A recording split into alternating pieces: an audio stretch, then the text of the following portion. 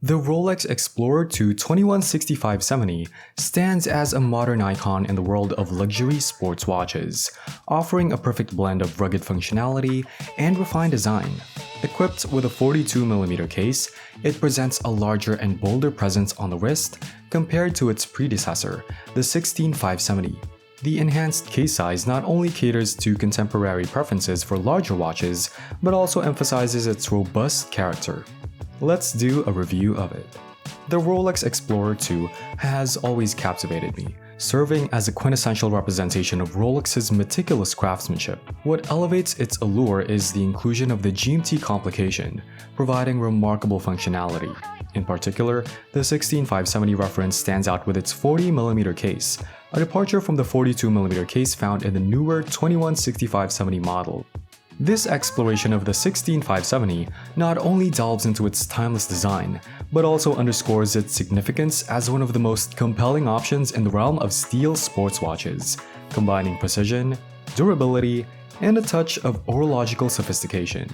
The Explorer II boasts a case size labeled at 40mm, though measuring closer to 39mm between fixed bezel points. With a thickness of 12.2mm, lug-to-lug at 47mm, and a 100-meter water resistance, it houses the automatic Rolex 3185 movement.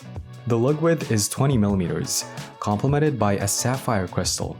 On the secondary market, prices range from $5,000 to $7,000 depending on variants. Beyond specifications, the 16570 reference gained popularity driven by a 22-year production run and various differentiators among its models. This purchase, motivated by personal preference, dismisses any intention of resale. The reference was introduced in 1989, featuring the Rolex 3185 GMT movement, also used in GMT Master models at the time. This version remained unchanged until 1998, transitioning from tritium to luminova on the dial. However, in 1999, Rolex further evolved to Super-Luminova, known for prolonged glow. The 6 o'clock dial serves as a key indicator of the dial type, crucial for matching with a serial number. Tritium dials feature a small Swiss T less than sign 25 marking. Luminova dials have Swiss only, and Super-Luminova dials are marked with Swiss made at the 6 o'clock position. This distinction aids in identifying and dating these Explorer II models accurately. Choosing a holes case and considering the bracelet model, whether with hollow or solid end links, are additional factors for those interested in this Explorer II. Opting for solid end links adds a more substantial feel, but may make the watch wear larger. In the late 2000s, Rolex introduced the 3186 caliber and an engraved rehaut with the Rolex inscription on the internal raised level from the dial. These enhancements persisted until 2001, when the 216570 was introduced as the next generation. Examining this specific watch, it features the Super-Luminova dial, marking its production around the time of the transition, as indicated by the serial number provided. When it comes to the dial, the Explorer II offers a choice between the black and white, often referred to as the polar. The white polar dial, in particular, stands out as more intriguing. While black dial sports models may evoke comparisons to the Rolex Submariner, the rarity of the white dial adds uniqueness, distinguishing it from other Rolex watches. This distinctiveness, while potentially overlooked by some, is seen as a positive attribute. The white dial of the Explorer II creates a striking contrast, enhancing legibility with black and white gold hands and indices. The craftsmanship in achieving this contrast is notable, making it one of the most legible Rolex styles. Key features include text, the logo, and the Cyclops magnifying the date aperture at the 3 o'clock position. Even for those who typically dislike the Cyclops, its integration on the white dial is more subtle and camouflaged. This adds to the overall appeal of the Explorer II Polar, making it stand out in the realm of Rolex models.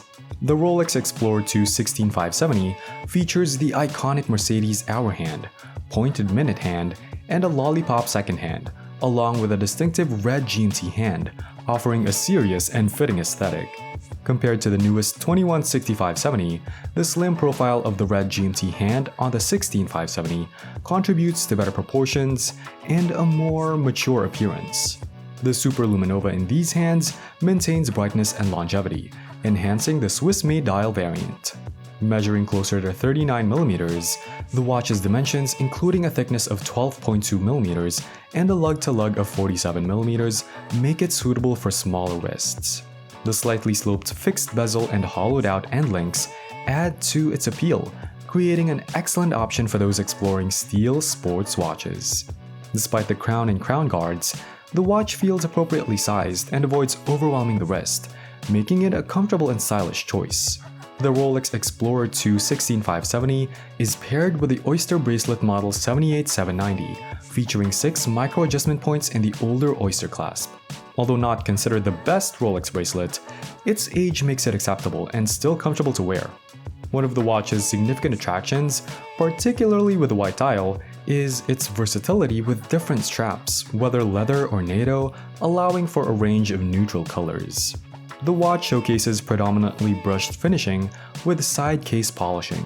The fixed outer bezel stands out with engraved black numerals and triangular indicators, aiding in tracking the additional time zone facilitated by the GMT movement. Powered by the Rolex 3185, an automatic jumping hour GMT movement introduced in the late 1980s, the 16570 used this caliber for the majority of its life cycle until replaced by the 3186 in the late 2000s.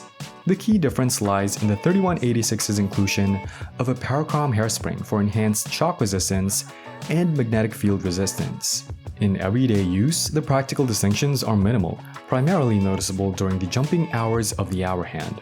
For those unfamiliar, the Rolex Explorer II 16570's crown, when pulled to the first position, independently adjusts the hour hand, affecting the date window as it moves forward or backward. This feature not only enables tracking an additional time zone, but also allows users to easily adjust the isolated hour hand for time zone changes. Unlike some ETA-based GMT movements, the ability to move the hour hand independently without stopping the second hand is a noteworthy advantage. The movement Rolex 3185 operates at 4 Hz, equivalent to 28,800 vibrations per hour, providing a power reserve of 50 hours. The chronometer-rated 3185 movement in this watch runs within specifications, ensuring precise timekeeping and reliable performance. Its appealing sizing, versatile design, useful GMT complication, and well-proportioned dial layout set it apart. The watch exudes a level of uniqueness often missing in contemporary Rolex models. Finally owning one brings immense satisfaction, and now you'll hear me and Archie discussing its appeal, with an effort to keep the enthusiasm tempered. Share your thoughts on this watch.